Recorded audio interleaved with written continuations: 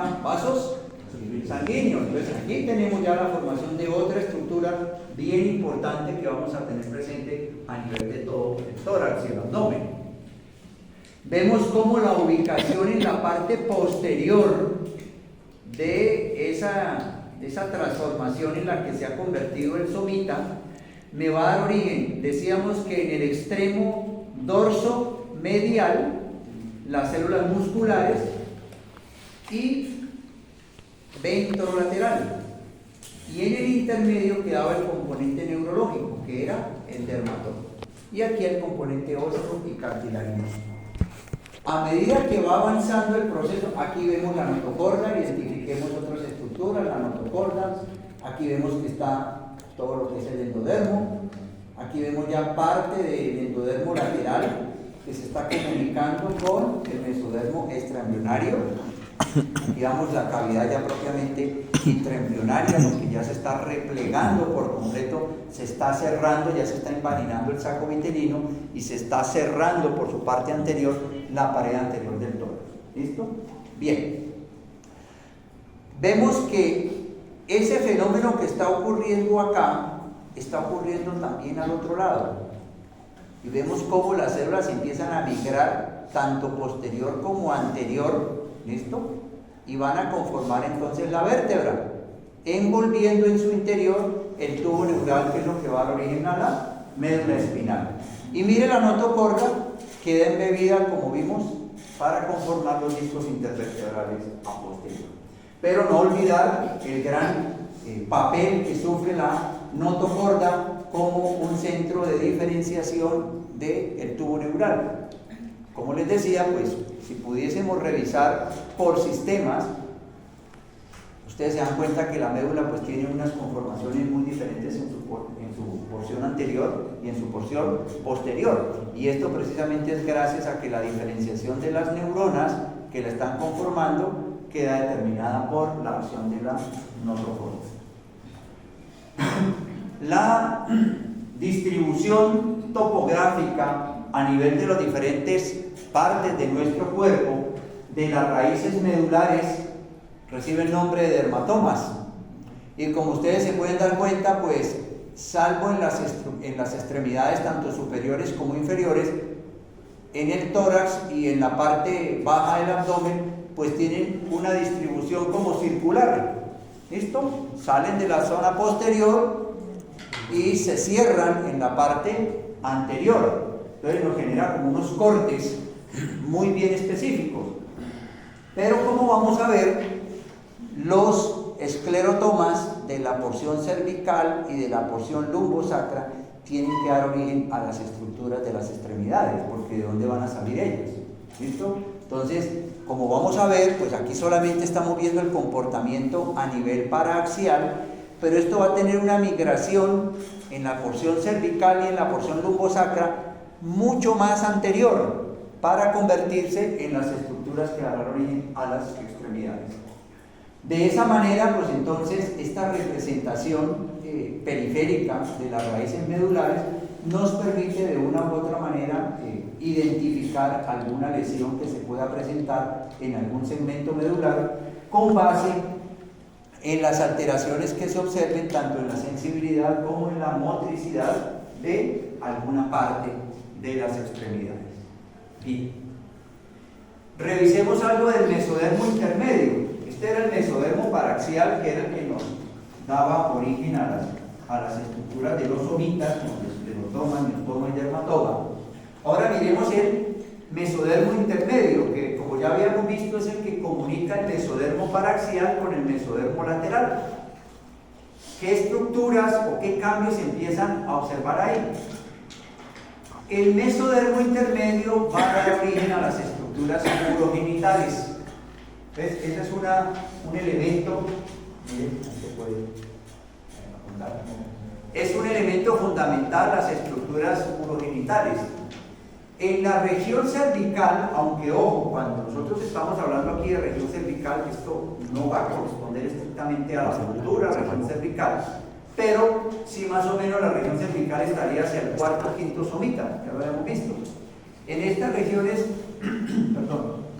cervical y torácica superior, se empiezan a generar unos acúmulos de células que a futuro dan origen a una estructura que recibe el nombre de nefrotomas, así como dermatomas, nefrotomas. Entonces nos van a dar origen a todas las estructuras del aparato excretor, que son los riñones, y en su dirección más caudal, en sentido mucho más caudal, se van a formar una serie de tubos, digámoslo así, o unas masas alargadas que van a recibir el nombre biológico de cordón nefrógeno.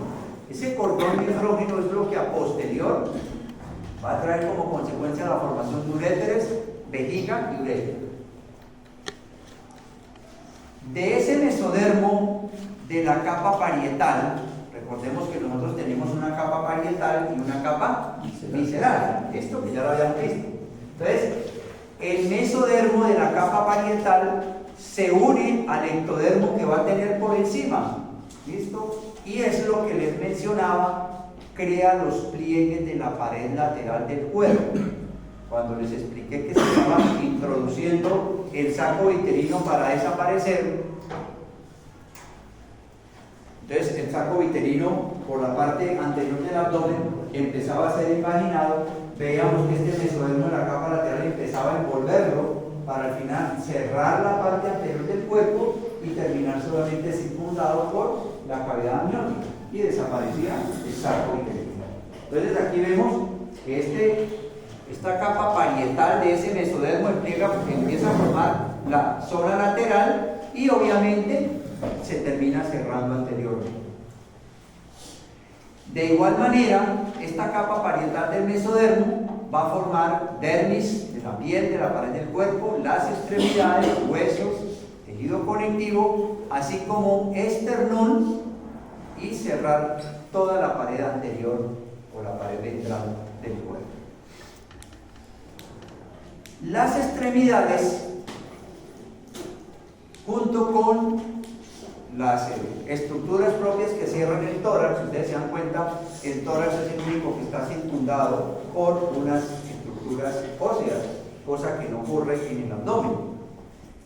Parte de esas células del esclerotoma, que son las que nos dan origen a todas las estructuras osteocartilaginosas, migran hacia el interior de esa capa parietal del mesodermo y con la placa lateral van a conformar los cartílagos costales y los músculos de las extremidades.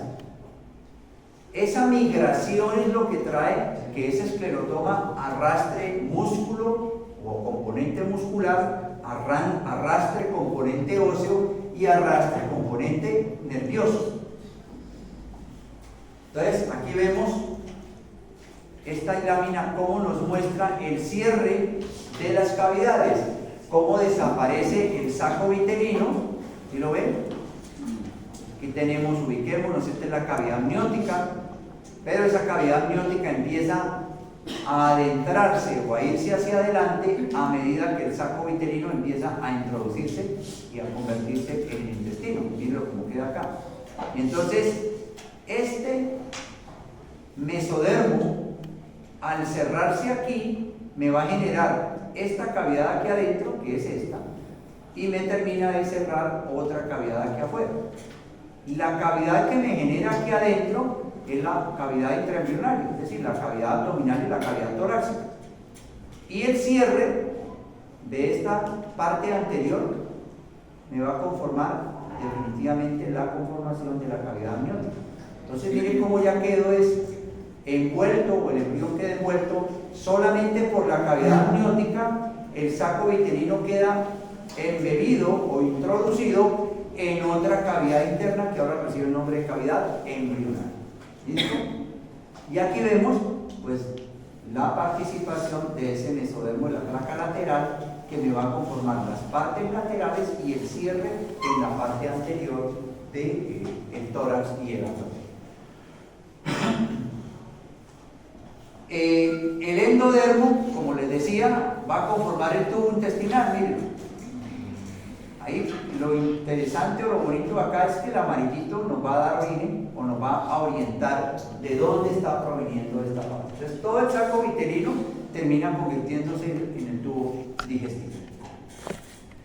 Ahora bien, estas células de la capa parietal, yo les había dicho que cuando hablábamos del mesodermo de la capa parietal y de la capa visceral, se correlacionan mucho con unas estructuras que ustedes van a encontrar en la anatomía macro, que son frecuentes obviamente más en tórax y en abdomen, como son las pleuras y como son el peritoneo. Entonces vamos a tener una pleura parietal y una pleura visceral, entendiéndose por pleura parietal la que va a estar tapizando la pared de la caja en donde está contenida la víscera, en este caso la caja torácica o la parte interna de los músculos que conforman la cavidad abdominal. Y la pleura visceral, y aquí su nombre, es la misma, el mismo repliegue de esta pleura parietal, pero que está envolviendo todos y cada uno de los órganos internos. Entonces, si usted se da cuenta, este es el mismo repliegue, vean. ¿Sí lo ven? Es una continuidad. Lo que pasa es que cuando está envolviendo la víscera, entonces recibe el nombre de pleura o peritoneo visceral, en este caso pues es el mesodermo, la placa mesodérmica visceral, mientras que la que queda por la parte más externa, al otro extremo de la cavidad, recibe el nombre de capa mesodérmica parietal. Y aquí nos está mencionando ya la parte peritoneo visceral, peritoneo parietal, que pues ustedes de todas formas lo van a ver con mayor detalle en su anatomía macro. Aunque las membranas más conocidas en este sentido son la pleura y el peritoneo, también en el saco pericárdico tenemos el pericardio y vamos a tener un repliegue similar, pericardio visceral y pericardio parietal. Bien, dígame. Ajá. ¿Qué pasa con esta parte de acá? ¿Cuál?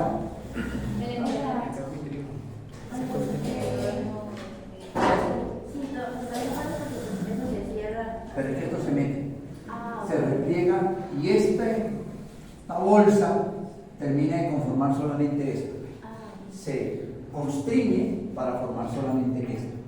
Y las placas parietales empiezan a cerrarlo. A medida que se va cerrando, esto se termina de meter. Y cuando se termina de meter, entonces mire, se me cierra esta placa que va a ser la parietal, ¿listo? Y la parte que me determina la cavidad intraembrionaria, que es esta, ¿listo? Y luego esta segunda hoja de ese mesodermo me cierra por delante de esta que se acaba de cerrar y entonces me genera el recubrimiento del amnios solamente. Entonces por eso vamos a cuidar el amnios. Ya esto es cavidad abdominal o cavidad torácica, dependiendo del tipo de corte que nosotros estemos. Esta es la parte dorsal del embrión, aquí se van a empezar a formar, ya vemos el tubo digestivo, ya vimos que en el esclerosoma hay parte de ese mesodermo paraxial y la primera porción del intermedio formaba la aorta y se empiezan a formar cualquier cantidad de estructuras a nivel abdominal, a nivel torácico. Vimos también los nefrógenos. No, involucra de una vez. Ahí no se puede perder nada, todo, nada se crea, nada se destruye, todo se transforma. Eso tiene que convertirse, en este caso, en el intestino. Bueno, ¿alguien más está lista? ¿Ya están todos?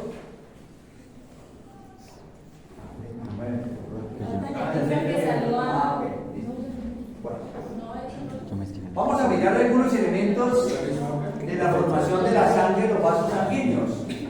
Ya ustedes aquí vieron que pues, los vasos sanguíneos provienen del mesodermo. Aquí vemos cómo se está formando la aorta dorsal. Si siguiéramos avanzando, también se formaría la cava y se empiezan a generar todas las ramificaciones de los vasos sanguíneos. Y como siempre les he dicho, pues aquí lo vamos viendo uno por uno, o tejido por tejido, o capa por capa, pero es que esto se está transformando de manera simultánea en todas y cada una de esas capas.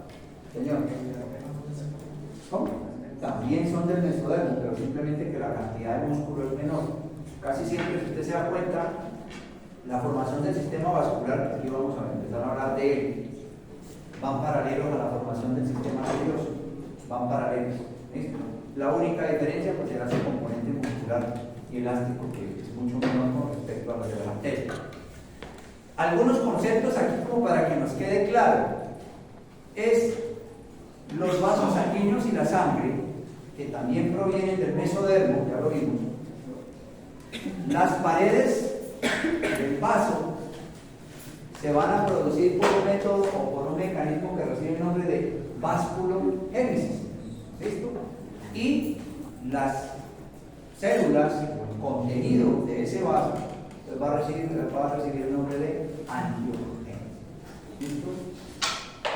Aquí vemos cómo células del mesodermo, que en este caso pues son pluripotenciales todavía, tienen receptores, o algunas de las células que tienen receptores para el factor de crecimiento fibroblástico tipo 2, este es el receptor del factor de crecimiento fibroblástico, pero específicamente el tipo 2, y el factor de crecimiento endotelial vascular, van a actuar sobre estas células del mesodermo para generar los hemangioblastos, si es el receptor tipo 2, pero si son el receptor tipo 1, van a formar la pared del tubo.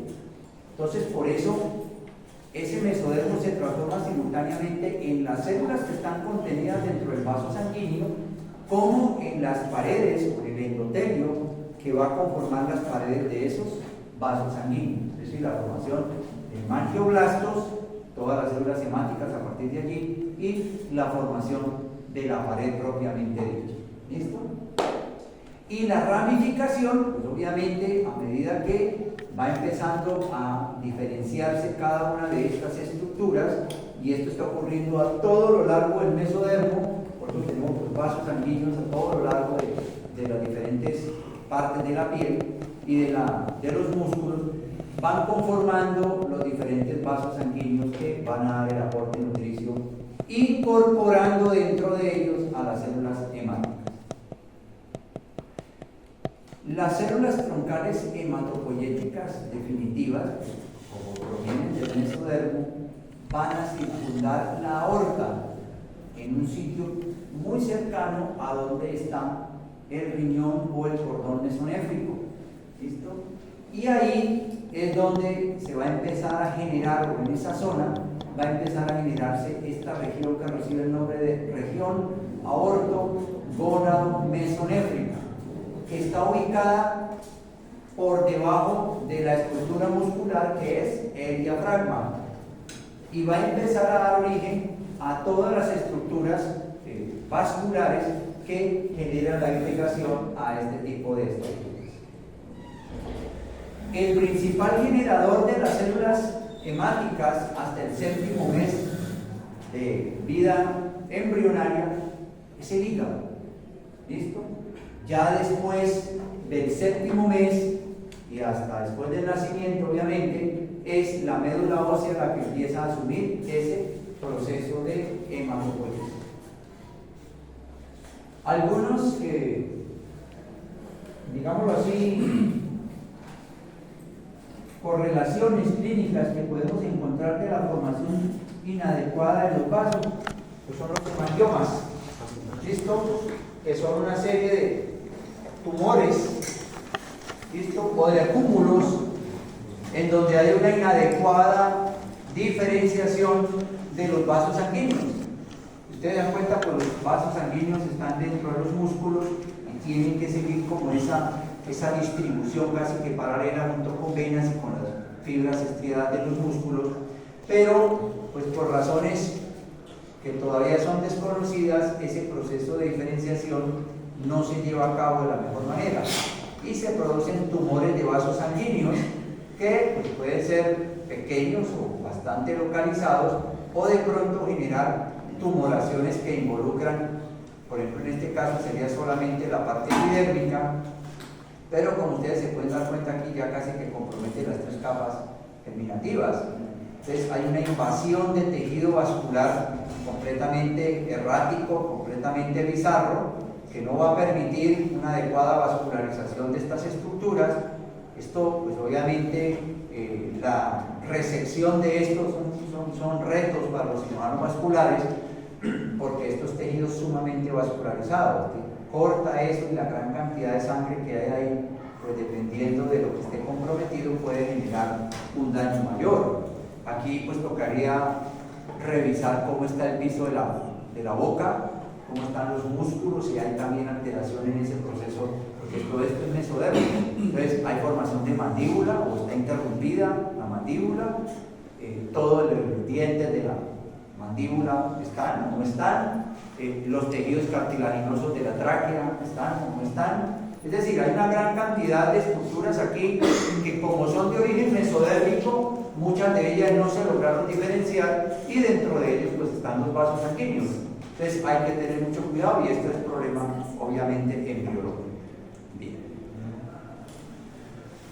Pasamos ahora a revisar algo del endodermo, que ya hemos visto: ectodermo, cresta neural, mesodermo, somitas, mesodermo de la capa de intermedio, perdón.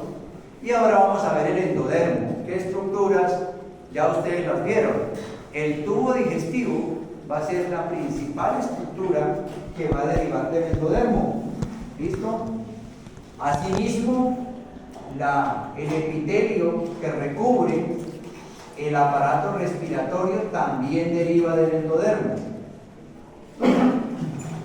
También provienen del endodermo todo el parénquima de las glándulas tiroides y paratiroides y las glándulas anexas, como pueden ser el hígado, el páncreas, timo, amígdalas y demás. Adicionalmente, todos los revestimientos epiteliales de lo que es vejiga, lo que es uretra, lo que es cavidad timpánica y conducto auditivo. ¿Listo?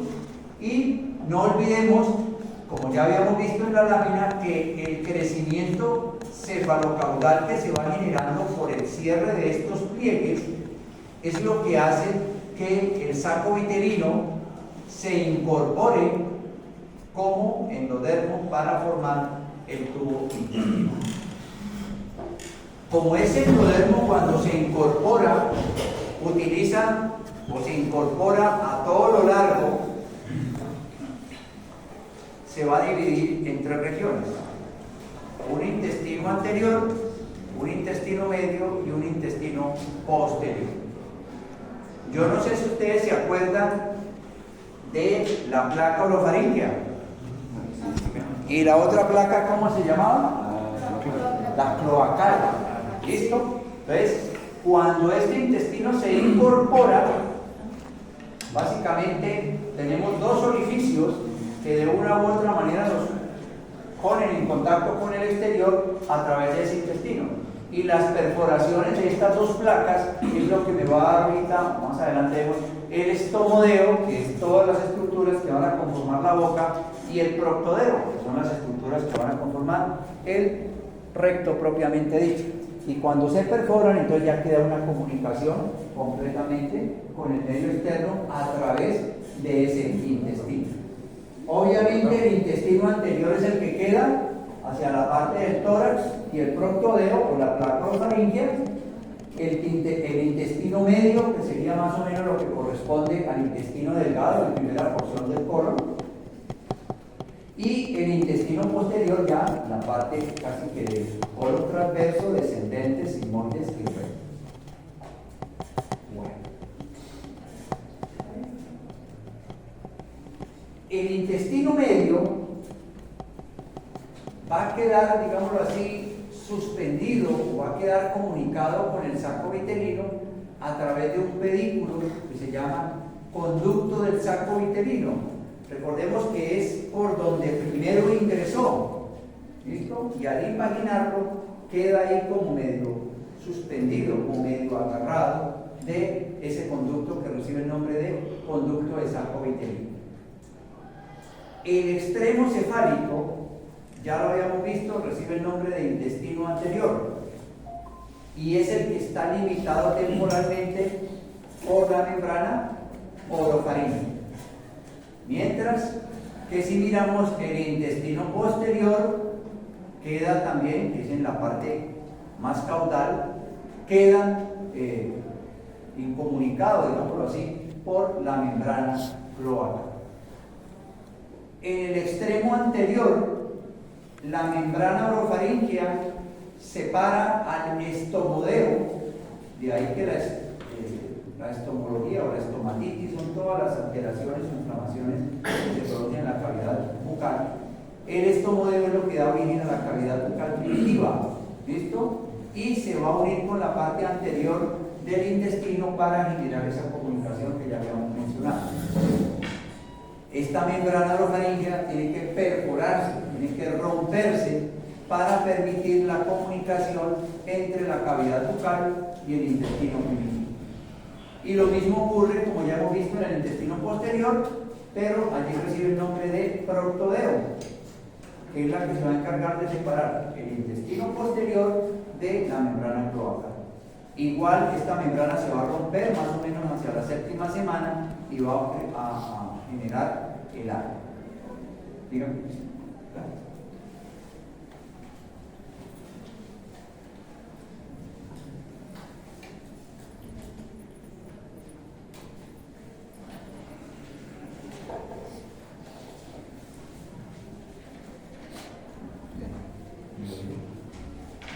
Bien. Aquí vemos en esta lámina vemos las diferentes etapas para que Isabela le quede más claro. Mire el proceso que se va generando, que ya habíamos revisado, como este saco vitelino, tenemos el saco amniótico, aquí vemos el ectodermo, ¿listo? Aquí ya vemos algunos cúmulos, digamos así, en la parte de la membrana orofaríngea, que quedaría la membrana cloacal. Ampliamos esto para que lo podamos ver mejor.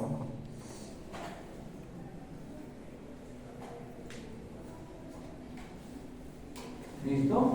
Entonces vemos ya aquí como el vehículo de fijación y empieza el proceso de plegamiento dorsal que ya habíamos mencionado para tomar esta posición. Y a medida que va avanzando en su crecimiento,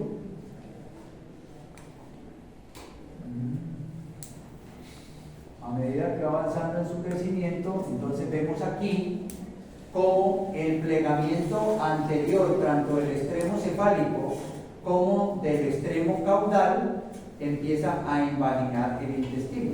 Y mire que la parte más pegada, digámoslo así, al mesodermo, termina aquí en la membrana orofaríngea y es la que va a dar origen a la comunicación con el intestino anterior. Mientras que la parte más caudal se va a comunicar aquí con la membrana cloacal. Y el resto de pared o el resto de contenido de saco vitelino, mire cómo empieza a ser incluido allí para formar entonces a la postre una cavidad o un tubo que va desde el extremo cefálico, aquí desde el estomodeo, hasta el extremo más caudal que sería el proctodeo. Aquí podemos también ver mejor esta imagen. Esto es un corte longitudinal, ¿listo? Y este sí es transversal, ¿sí lo ven? Entonces, si lo cortamos transversalmente, pues el proceso, así como vimos que se estaba encorvando de manera anterior, tanto en la parte cefálica como en la parte caudal, también lateralmente empieza a generar el cierre, para al final conformar esa estructura cilíndrica en donde incorpora el saco vitelino y solamente queda, se cierra la pared anterior y solamente quedamos entonces envueltos por la cavidad amniótica, una cavidad intrauterina que tiene contenido el saco vitelino como aparato digestivo, como tubo digestivo. Muy bueno. Aquí vemos entonces cómo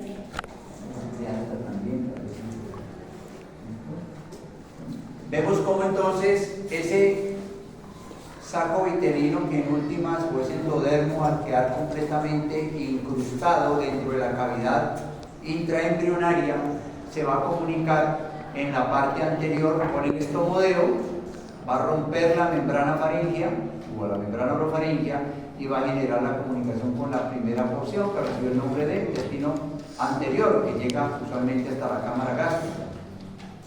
El intermedio, que sería la cámara gástrica y el intestino delgado, y el posterior, que sería todo lo que es el colon, hizo comunicación con la membrana cloacal y el proctodeo.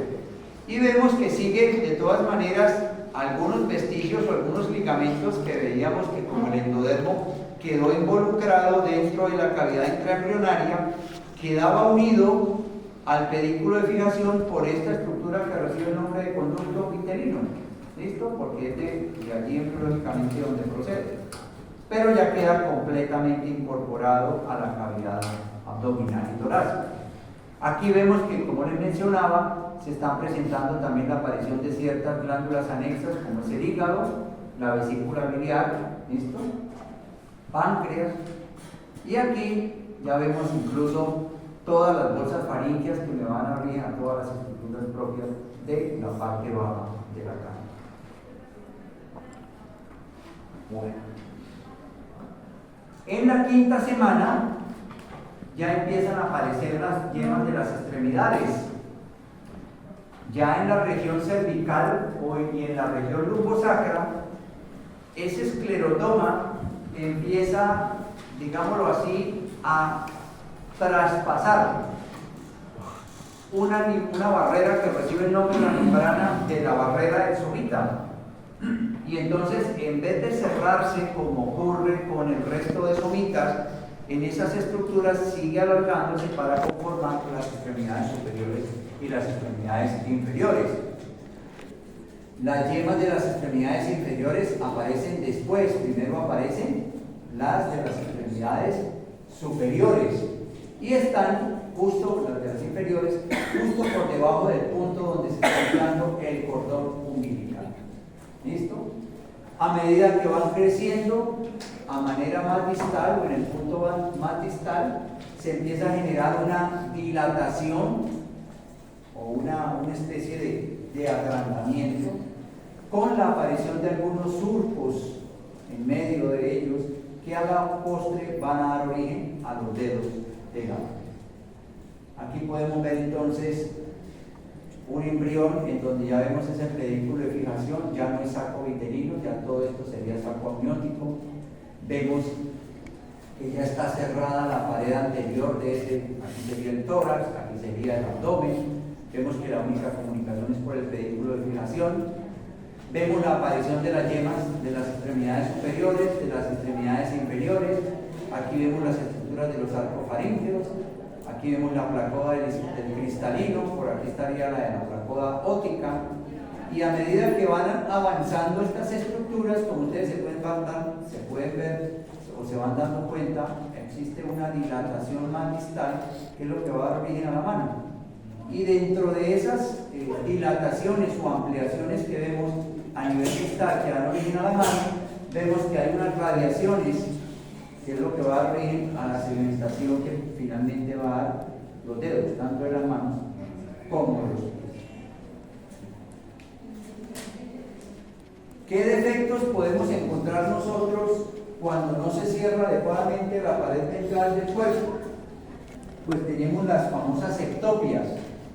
Ectopia es que está por fuera de su lugar correcto, de su lugar esperado. Y podemos cualquier estructura que se esté formando en la cavidad intraembrionaria puede quedar por fuera del cuerpo. Entonces tenemos ectopia cordis, que son defectos del cierre de la línea media, en donde dejan al corazón por fuera de la cavidad torácica. O gastrosquisis, que es defecto de cierres entonces en la línea media del abdomen, y lo que queda por fuera es parte de ese endodermo, de ese intestino que se estaba introduciendo, que no se introdujo de manera completa y que gran parte quedó por fuera del abdomen.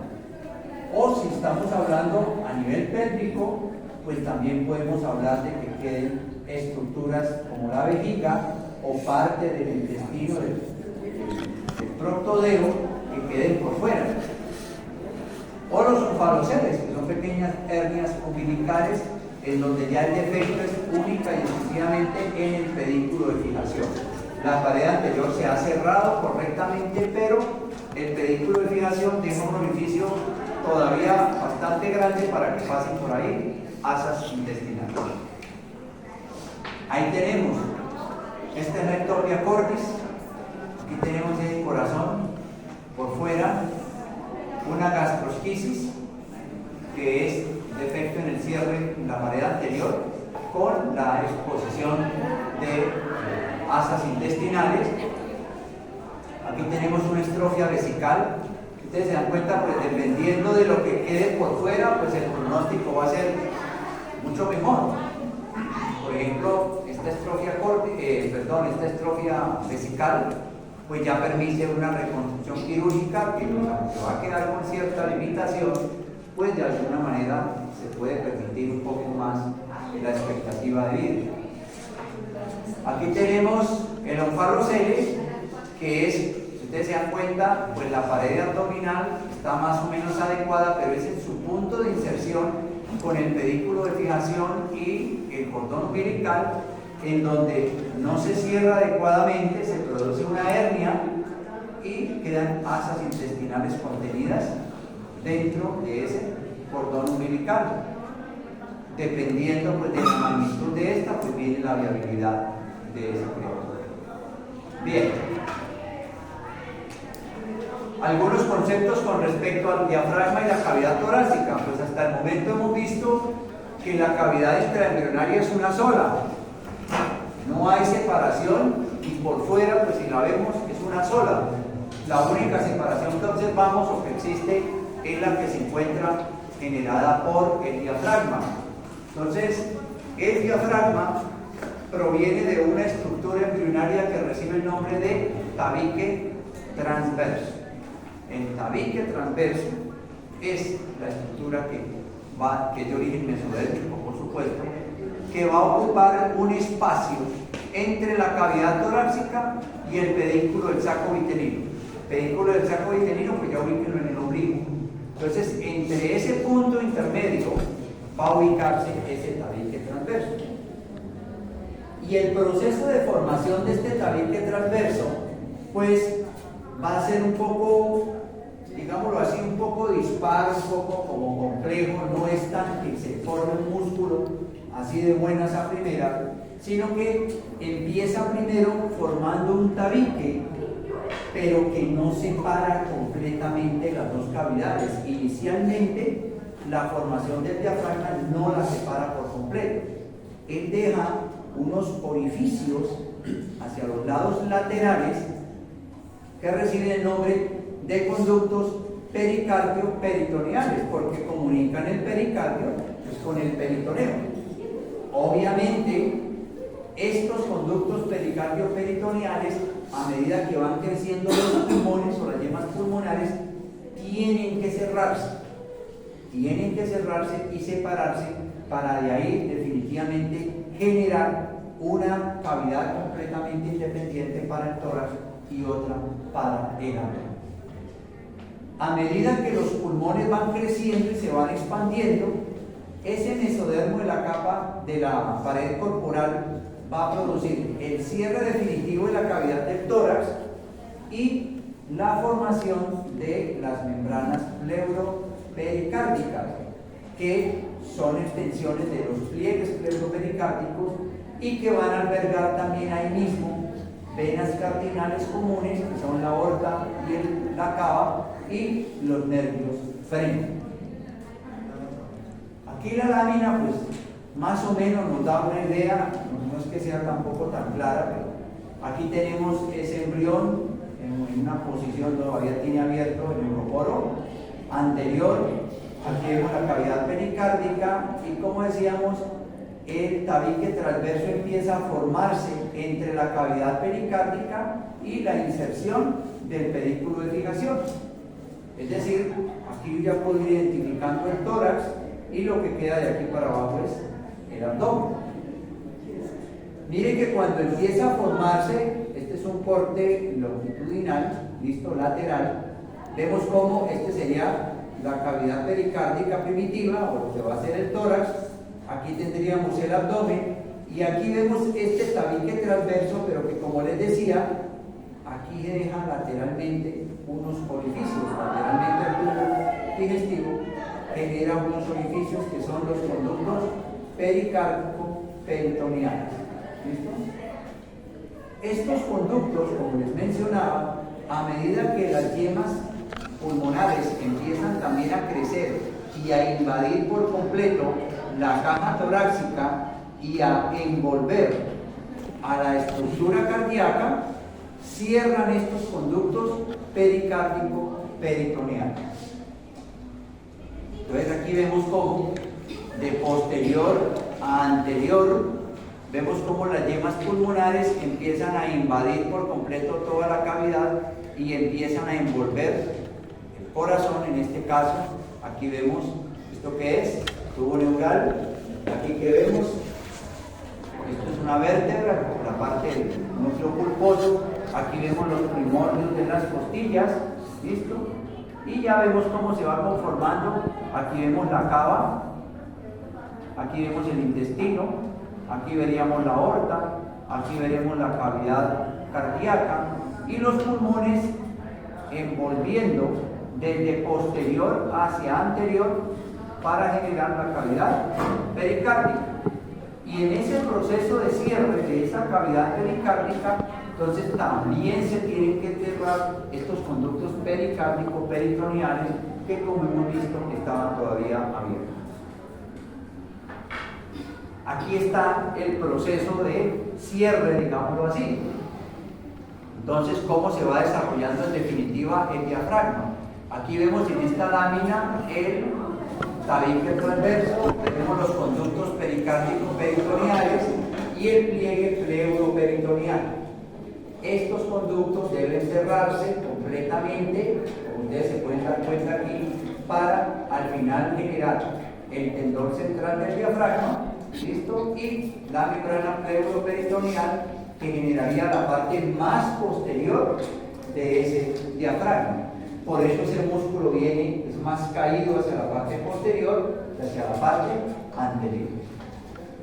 Cualquier alteración que se pueda presentar en alguno de estos pliegues o en alguno de estos tendones va a traer como consecuencia la presencia de lo que se denomina una hernia diafragmática. Que una hernia diafragmática básicamente es el no cierre de ese conducto pericárdico-peritoneal y que a la postre trae como consecuencia que asas intestinales invadan la cavidad torácica. Esto, aquí vemos la ausencia de esa membrana pleuroperitoneal que no se cerró. Aquí vemos el tendón central, aquí vemos el resto del músculo diafragma con todas las estructuras que lo atraviesan, pero este orificio no se terminó de consolidar. Un orificio o un conducto pericárdico-peritoneal que no se cerró y entonces permite la herniación de estas estructuras. ¿Listo? Como yo les he dicho, una de las principales formas de diagnosticar esto es con un adecuado examen físico, porque la pared anterior de este niño está perfecta. Un examen físico externo no va a permitir por acá. Ajá. No se va a ver ningún defecto. Este no es un defecto en el cierre de la pared anterior. No va a haber una ectopia cortis, no va a haber una gastrosquisis, no. La pared anterior del bebé está perfectamente. Es un defecto a nivel interno. ¿Cómo creerían ustedes que pudiesen sospechar esta presencia o esta situación en un examen físico? Ahí para terminar.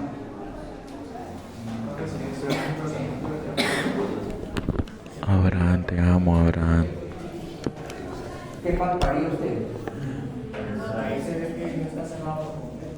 Sí, por eso. Muy probablemente habría una depresión abdominal. Puede ser que sí, puede ser que no, depende de qué tanta víscera haya quedado invadida ya en el tórax. Pero lo que yo siempre les he dicho, la auscultación. ¿Listo? Si usted está auscultando el tórax, El tórax tiene unos ruidos pulmonares, que ya aquí hablamos y todos ya hicimos esa práctica. ¿Cómo son los ruidos pulmonares? Si por alguna razón incierto en mi tórax yo no percibo ese ruido, ¿qué pasó ahí? Y más bien escucho es ruidos abdominales, pilas, que hacen aquí escuchando esos ruidos abdominales cuando yo debería estar escuchando ruidos respiratorios. ¿Listo? Entonces voy a encontrar ruidos respiratorios velados e incluso los cardíacos también, pues dependiendo de qué tanto se haya metido la víscera ahí en el tórax. Y el vaso también no se puede meter. ¿Cómo? El vaso. Pues, bueno, ahí mira, aquí hay metido parte de estómago, claro, puede quedar, haber quedado ahí también vaso. Profe, ¿no produce dificultad respiratoria? ¿Cómo? No produce. Es muy probable, está recién nacido el peladito, no tenemos sospecha, claro, puede tener una pequeña dificultad respiratoria, una incapacidad para saturar adecuadamente el oxígeno. Entonces, ese tipo de hallazgos son los que nos permiten a nosotros sospechar, oiga, aquí hay algo raro, aquí lo que yo estoy ocultando no es lo normal, ¿listo? Entonces, me da la sospecha de tomar una radiografía que obviamente me evidencia aquí presencia de asas intestinales a nivel del tórax. Punto, ya está hecho el diagnóstico. Que venga cirugía pediátrica ahí, resuelva ese problema y ya. Pero si no, lo mandamos para la casa, el niño después viene vomitando, el niño viene con otra serie de cosas porque no logramos por lo menos sospechar que algo estaba pasando ahí. Listo, muchachos, nos vemos el próximo viernes. Muchas gracias. Isabel ama chiquitico y chiquitico. Ama Isabel. Ahora te ama.